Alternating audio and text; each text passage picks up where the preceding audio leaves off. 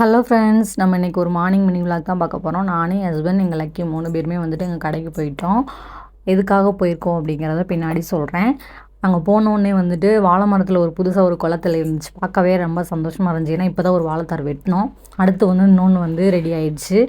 பப்பாளி மரம் 3 நாள் இருக்குது. பயங்கரமாக காய் காய்க்கும். செம்ம டேஸ்ட்டாகவும் இருக்கும். நாங்கள் அதிகமாக சாப்பிட்டுட்டே இருப்போம்.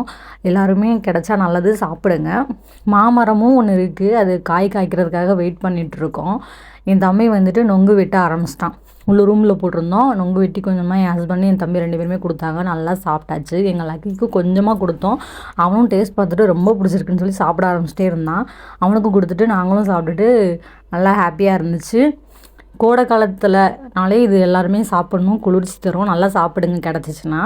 இந்த நொங்கு பார்க்கும்போதெல்லாம் சின்ன வயசில் நம்ம பண்ண நொங்கு வண்டி ஞாபகம் இருக்கா? யாராருக்கெல்லாம் ஞாபகம் இருக்குன்னு சொல்லுங்கள் ஃப்ரெண்ட்ஸ். இந்த வீடியோ பிடிச்சிருந்தா லைக் பண்ணுங்கள், சப்ஸ்கிரைப் பண்ணுங்கள். பாய்.